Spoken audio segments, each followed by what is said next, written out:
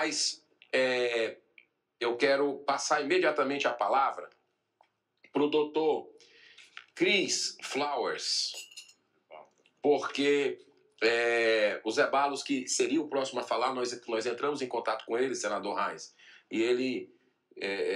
eu quero agradecer ao doutor Zé Balos, né, pela paciência, porque o doutor Chris Flowers vai ter que sair daqui a pouco, e aí a gente vai colocar, mas logo em seguida vai ser o doutor Zé Balos, né?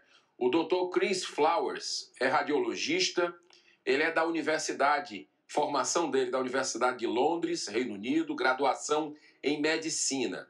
Universidade de Hull, Yorkshire, Reino Unido, residência em Cardiologia e Clínica Geral. Universidade de Nottingham, Reino Unido, residência em Radiologia.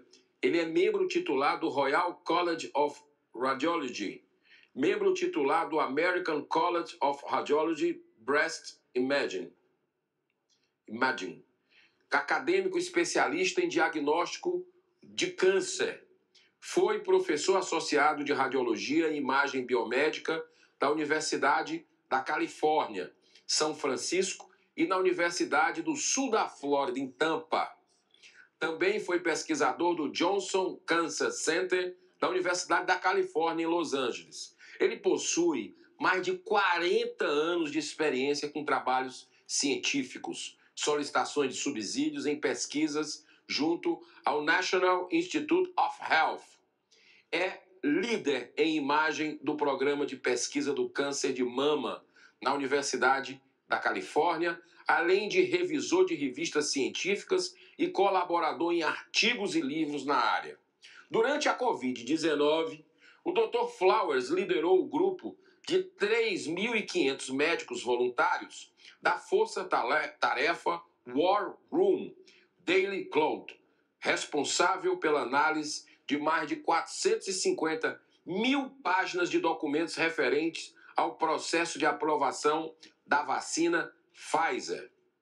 O FDA, Food and Drug Administration, órgão equivalente à nossa Anvisa, queria 75 anos de sigilo sobre estes documentos, o que foi derrubado na justiça.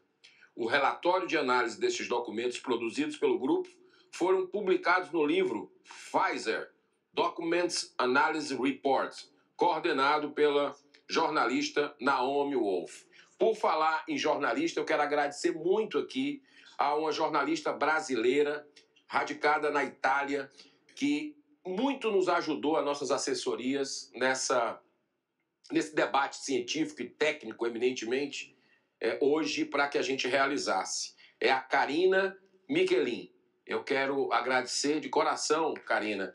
Você está diretamente da Itália acompanhando. Muito obrigado pela sua dedicação, pelo seu altruísmo em trazer para o Brasil, facilitar para que a gente tivesse aqui no Senado Federal essas informações que os brasileiros têm direito de saber. Então, já passo a palavra, Dr. Chris Flowers. O senhor tem 10 minutos, com a tolerância de mais 5 aqui da casa. Muito obrigado pela sua presença. Ele que está falando de qual estado nos Estados Unidos? Anteriormente, o doutor estava falando de Washington, né? Há pouco tempo atrás. Ele está no Reino Unido. Muito obrigado pela sua participação. Muito obrigada, pessoas honoráveis do Brasil e do Senado. Eu estou muito feliz de estar aqui compartilhando com vocês algumas das informações dos documentos a serem liberados sobre a Pfizer nos últimos 2 anos, que o FDA gostaria de manter sigilosos durante 75 anos, e agora nós sabemos por quê. Tudo que eu falar para vocês hoje é baseado no documento original da Pfizer, fornecidos pelo FDA, o comitê da FDA e da CDC e os e-mails dos documentos que deveriam ser liberados juntamente com as conversas entre a Casa Branca, a CDC e o FDA sobre o que eles realmente conheciam. Começando por, podemos confiar nesses testes clínicos para o uso e aprovação das vacinas da Covid? Nos últimos anos, nós recebemos várias peças do quebra-cabeça, mas a imagem está se tornando cada vez mais completa. Vocês ouviram que eu represento cerca de 3.500 resultados, voluntários, especialistas, farmacêuticos e outras pessoas que também foram envolvidas, como eu mesmo, que têm passado por isso nos últimos 40 anos. Nós temos montado esse quebra-cabeça com os dados fornecidos pela FDA e pela Pfizer. Os estudos clínicos C45-91001 e a revisão do FDA dos resultados dessa pesquisa clínica foi feita no dia 11 de dezembro de 2020 e forneceu um uso emergencial de autorização nos Estados Unidos. Existiam 43.448 pessoas, indivíduos, e nós podemos ver a divisão de mais ou menos meio a meio para aqueles que receberam o antiviral original BNT162b2 e o placebo. The part of the trial were case report forms, which were completed by the trial sites, and Pfizer had immediate access to all this information about the subjects who were taking part in the trial. The case reports at the time of the FDA approval for the EUA showed there were at least 4 vaccinated and 4 placebo people who had died. And there was no reduction in the number of deaths, despite what they were saying at the time. So our teams have also done a peer-reviewed paper published in a journal where we have done a forensic analysis of the original Pfizer clinical trial, where we found in these case report forms that they had hidden some of the information from the public and possibly from the committee that approved the vaccine in the first place. This is one of the tables from our paper, which shows that at no point during this trial was intervention with the vaccine life-saving. The black line in the graph that goes up slowly, that is the vaccinated group. The placebo is the dotted line that goes up. And you can see it crosses over one after the other, but there's no difference between the two. Nós vemos que não tem nenhuma diferença entre os dois e, em outras palavras, não tem nenhuma diferença entre um e outro, ou seja, não houve nenhuma causa que a vacina pôde combater. Então, novembro 14 de 2020, nós vemos esses dados que foram publicados aqui, que nos mostram que somente aqueles que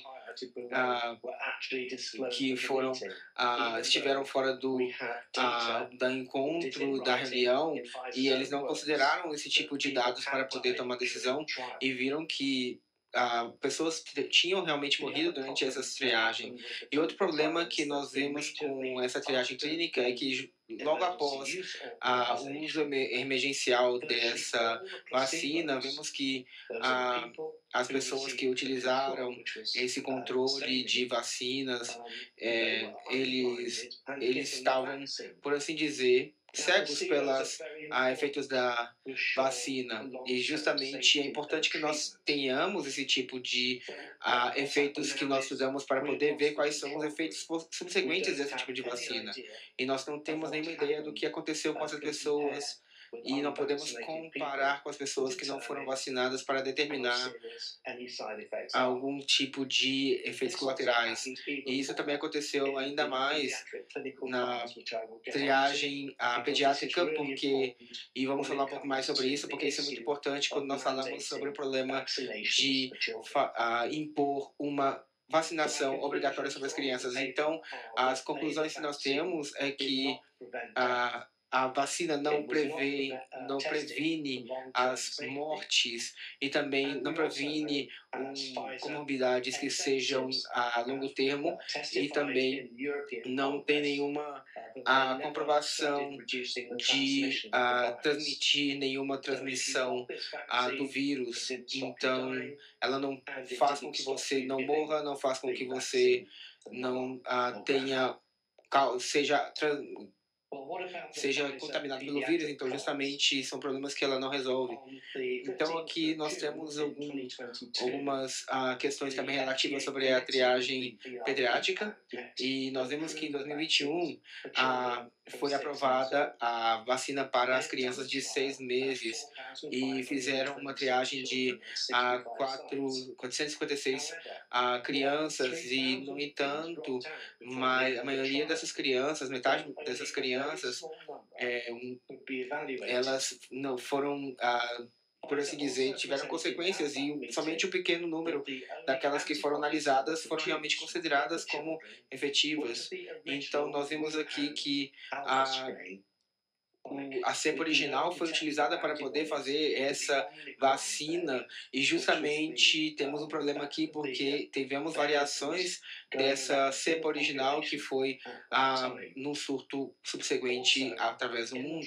E nessa triagem inicial, depois de 2 meses, o dobro das crianças elas tiveram Covid, e justamente vemos que tiveram mais Covid aqueles que tiveram a vacina. Então, justamente, ela teve uma ineficiência maior do que aqueles que não tiveram a vacina. Então, não podemos falar de eficiência da vacina, porque a triagem clínica está mostrando que isso justamente é um problema nas crianças. E aqui é uma das tabelas que foram compartilhadas durante alguns encontros, algumas reuniões, e mostra como teve um efeito negativo de 30% entre a dose 1 e 2, e ela foi muito abaixo dos 50% necessário para poder autorizar a vacina, e rapidamente ela caiu para quase nada, que foi indetectável depois da 3ª dose.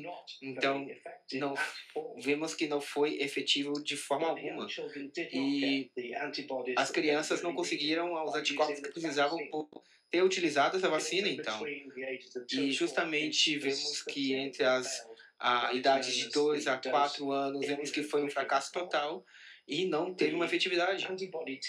Então, justamente, nós vemos que a parte política esteve generalizando o que aconteceu com as faixas etárias de 4 a 6 anos, que teve algum resultado, para poder generalizar para as outras faixas etárias. E justamente fizeram isso não porque fosse bom, mas porque diziam, possivelmente é o mesmo que nós conseguimos como resultado nas pessoas mais velhas, então por isso podemos aprová-la. Então, as pessoas no comitê, elas, na verdade, admitiram depois, quando nós falamos sobre a segurança dessa vacina. Então, eles justamente pararam o grupo de controle, e depois disseram que nunca saberemos a segurança que a vacina pode ter até começarmos a utilizá-la. E justamente começaram a usá-la por isso, para poder ver a efetividade da vacina. Então, eles não tinham ideia da segurança do que a vacina poderia ter, e justamente nós podemos ver isso hoje em dia.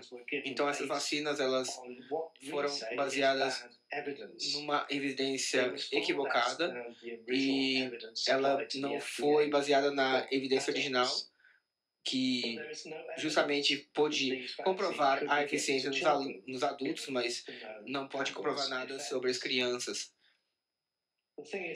Então, o que vemos aqui é que ainda tem peças faltando nesse quebra-cabeças. Nós temos 2 anos de experiência e ainda estamos recebendo documentos da Pfizer com essas investigações clínicas que nos dizem sobre o que realmente aconteceu sobre esses temas da triagem. Então, nós vamos continuar analisando os documentos da Pfizer e também as as conclusões que eles tiveram para poder sacar as nossas conclusões. Nós fizemos esse livro sobre o nosso relatório. O segundo livro na direita ele foi publicado na primeira semana de abril de 2024, então vai ser publicado ainda proximamente.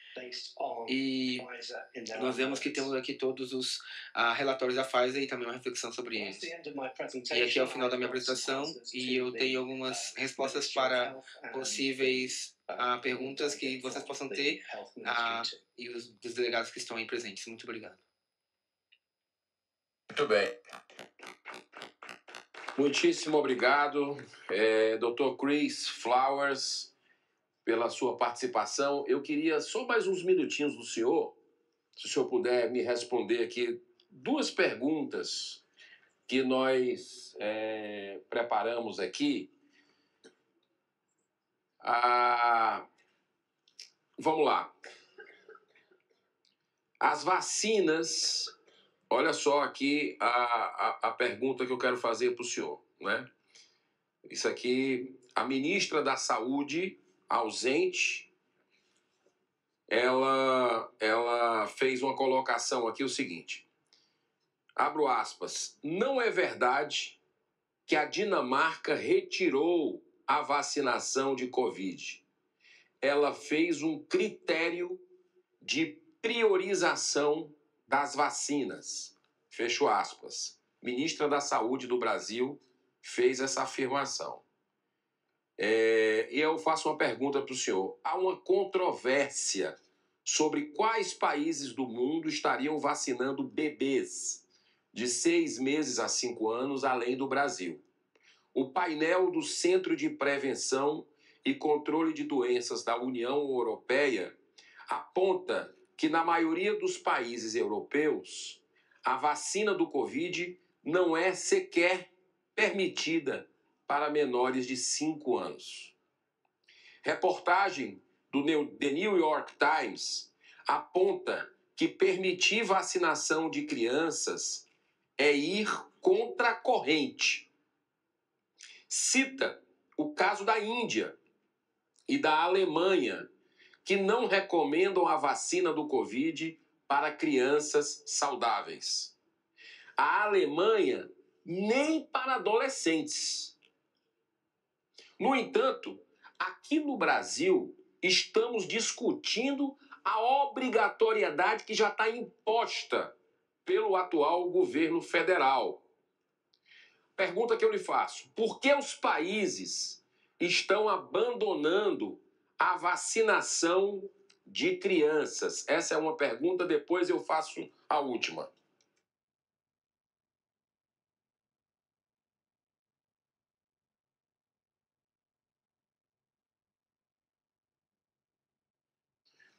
Foi traduzido para ele?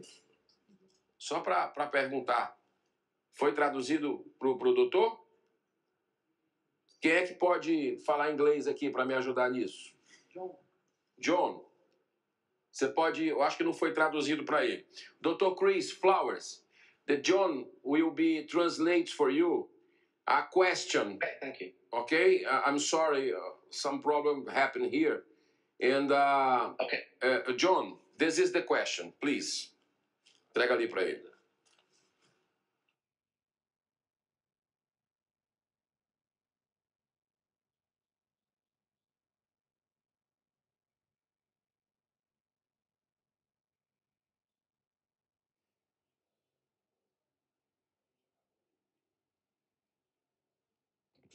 Hello.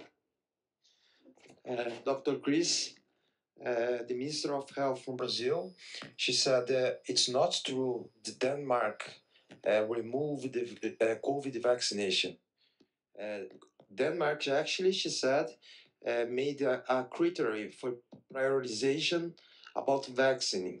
There's a controversy about which country in the world now is vaccinating 6-month babies to under 5 years old. And the panel of Center of Prevention and Control of Disease from European Union show the many countries in Europe the COVID vaccine it's not allowed for under 5 years old. This news from the New York Times show they can allow vaccination the kids, and this is against the current. And they cited the case of India and Germany. They don't recommend COVID vaccine for healthy children. The Germany, even for teenagers.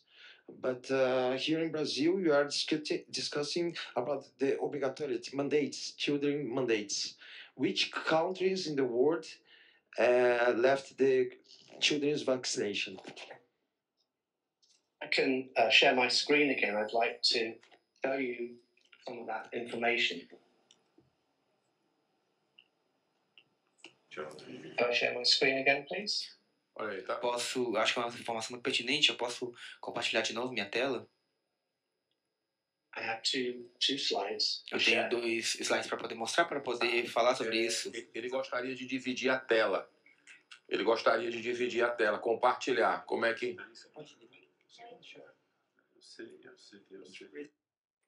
Chris, just hold on, please.